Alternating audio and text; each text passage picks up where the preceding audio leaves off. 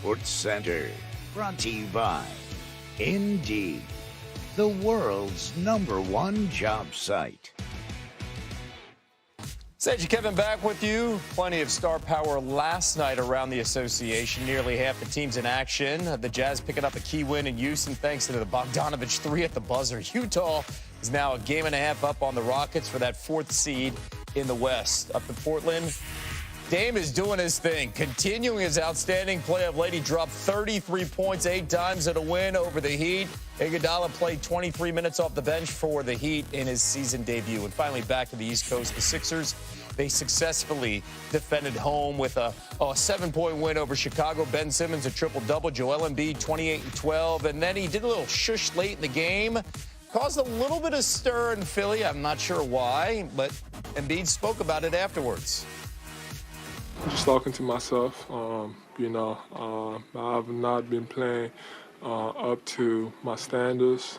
So even tonight, you look at the night, like tonight, I didn't shot the ball well, and I didn't play well. So, just mad at myself.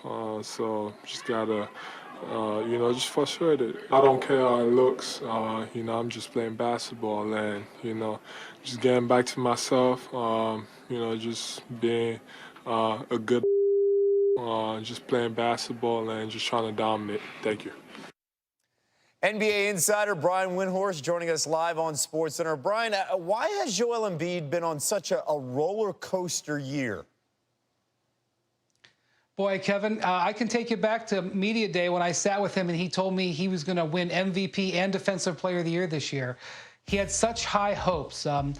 First off, the Sixers reduced his minutes, which was to try to keep him healthy long term, but it frustrated him a little bit in the early going. And then he's had a series of injuries, most recently to his finger and his neck. But there's been a whole bunch of things bothering him, and quite frankly, it's affecting him. It's limited his aggressiveness, and he has also had issues fitting with Al Horford, fitting with Ben Simmons, nothing new. It's been a real disappointing season for him on a number of fronts, and you can see his frustration showing after what happened yesterday. Yeah, spacing has been a big storyline, especially when we don't have that outside shot. The Sixers face the Clippers tomorrow night at home. What is Brett Brown's biggest challenge with this team right now? It's getting them to play on the road the way they are at home. Get ready for this stat. They have the same road record as the New York Knicks. Oh, my God. Can you believe that? They're in playoff position. So Brett Brown has thrown his hands up several times this season, whether it comes to getting them to have focus on the road, defensive intensity from game to game, even getting Ben Simmons to just shoot a 3. He's admitted he's failed. But the one thing is they've got that glorious home record, the best in the entire NBA. If they can carry that over somehow later in the season to the road, they theoretically can still win the East. And that has got to keep Brett Brown and these Sixers fighting, even in this very severe doldrums of this season. You mentioned that record, 24-2 at home. Last week, GM Elton Brand said that Brown has his full support, but he stopped short of guaranteeing Brown would be the Sixers coach for the rest of the season, saying, quote, "I'm not going to play what ifs." Brian Windhorst with us here on SportsCenter. To baseball, Kevin, almost a week after it was initially agreed to, the blockbuster deal that's going to send Mookie Betts and David Price from Boston to L.A. has been agreed to once again. That's according to our Jeff Passman, what sources tell him. The original 3-team trade agreed to last Tuesday included the Twins, but it was held up after the Red Sox expressed concern with a medical review of Twins right-hand prospect Brusdar Graterol, who is still headed to the Dodgers, but it's part of a separate deal that includes Kenta Maeda going to Minnesota. So a lot of changes here over the last couple of days. In the reworked deal, the Dodgers do get Betts, they do get David Price, and nearly $50 million in cash. Boston gets Alex Verdugo and catching prospect, that's a shortstop. Verdugo's a catching prospect. Shortstop named Jeter Downs. By the way, his mother did indeed name him after the one and only Derek Jeter. So as for Betts, his former Red Sox teammates spoke today on life without their right fielder. Mookie Betts is Mookie Betts, you know what I mean? He's a superstar, so that's gonna be a really loss for our lineup. But like we say, we gotta look forward, you know what I mean? Get ready for spring training and get ready for the season. He hit leadoff for us, but he also hits 30 bombs. He hits 300. He can steal bases. He can do a lot of things with the bat. So just having his presence leading off, and then having Devers behind him, and obviously the lineup that we had last year, it makes it a little bit different. But we got a lot of talent in the clubhouse. We really do. So obviously it's going to hurt seeing that kind of player and that kind of person go. But I think we're going to piece it together. Tim Kirkton, live at Red Sox spring training in Fort Myers, Florida, joins us now live on SportsCenter. And Tim, the team reports tomorrow. Everybody knew this was happening, but now it's final. How is the trade going over with the players?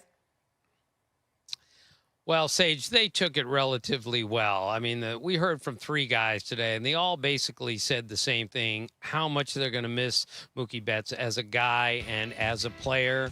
They also talked about how much they're going to miss David Price and Alex Cora, but they all kind of towed the company line in the end and said, hey, there's still a lot left here.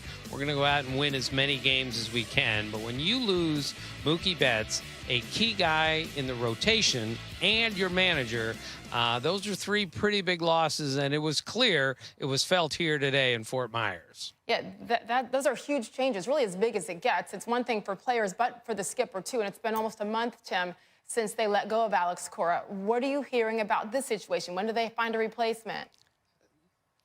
Well, it's coming any day now, maybe any minute now, Sage. And according to all indications, Ron Renneke is the leading candidate for this job. However, they're still waiting to hear from the commissioner's office about their punishment in the sign stealing scandal from 2018. And they just have to triple check that Renneke in no way is connected to that. He has said he had nothing to do with it. And all indications is he had nothing to do with it. But just to make sure, they want to make sure they see that report from the commissioner's office first, then follow with the naming of the manager. But it's got to come real soon because pitchers and catchers report tomorrow. Tomorrow, no pressure. Tim Kirkton with the latest on the Red Sox live from Fort Myers. Thank you, Tim. Meantime, how about the odds? After the trade, Dodgers, they're now tied with the Yankees for the best odds to win the World Series in 2020, according to our friends at Caesars Sportsbook. Should the Yankees and Dodgers meet up in the Fall Classic, it would be the 12th such meeting all time. So, Tony and Mike, PTI, on the Dodgers and Yankees championship chances this season. All right, Wilbon, which team will be under more pressure to win the World Series this year, the Dodgers or the Yankees? The Dodgers. That's all anybody seems to talk about is the Dodgers. The Yankees are always under a certain amount of pressure to win because it seems like they always win. But the Dodgers, part of it is in the National League. I don't know, even though the Nationals are defending champions, the Nationals, the Braves, the Cubs, I don't know that they scare anybody. They seem to be maybe each lacking a little something. You had a big defection from your team. Yeah. So, but let's just go to the Dodgers lineup. First of all, they can start 7 All-Stars. If they, on times when they walk Clayton, Walker Buehler, or David Price out there, or Alex, what they got, they can have 7 All-Stars. And the top of their lineup, Betts, Muncy, Turner, Bellinger, Seager, or Betts, Seager, Bellinger, Turner, whatever lineup. Tony, is formidable. By the way, I'll take the field against the Dodgers, but they are under the most pressure. There's no arguing that. It's Dodgers, Dodgers, Dodgers, because they've gotten to the World Series and they've lost the World Series twice. And the Yankees, the Yankees and the Red Sox rivalry now doesn't look quite as stirring this year because Mookie Betts left. The Astros, for all we know, may still be a great team, but one of their great pitchers is now on the Yankees. I mean, I look at this and my first reaction is, when you put the Yankees and the Dodgers in the same sentence in the World Series, it reminds me of when I was a kid, and they seem to play all the time in the World Series. So, so that's what I'd like to see. You want to make an early pick, an all-too early pick? That's what I'd like to see. You don't want to do that? No, it's too early. It's too early. It's February. You know what it's too early for? It's too early for football, too, but that doesn't stop you. No, because the XFL was good. Too early. It's fun to watch. Too early. Cardale Jones jacking it up. Knock yourself out. We're done. Back to you. DC Defenders.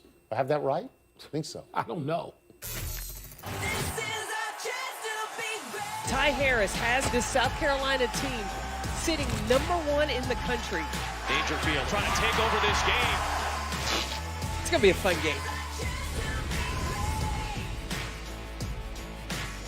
How about this top 5 matchup tonight on ESPN2? If there's one thing we've learned about UConn, it's that if they're not #1, they're usually ready to beat #1. In their last 4 games against AP top-ranked teams, they are 3-1. All 3 wins coming by double digits. That stretch includes a 25-point win over #1 South Carolina back in 2015. Holly Rowe will be a part of a call for UConn, South Carolina at 7 Eastern on ESPN2. What's at stake here, Holly, for Dawn Staley's top-ranked squad tonight when they host Gino Auriemma's Huskies? We asked asked her today, they have never beat UConn. And we said, what would that mean to your program? And she said, honestly, the real answer is nothing. It doesn't help us achieve any of our goals for this season.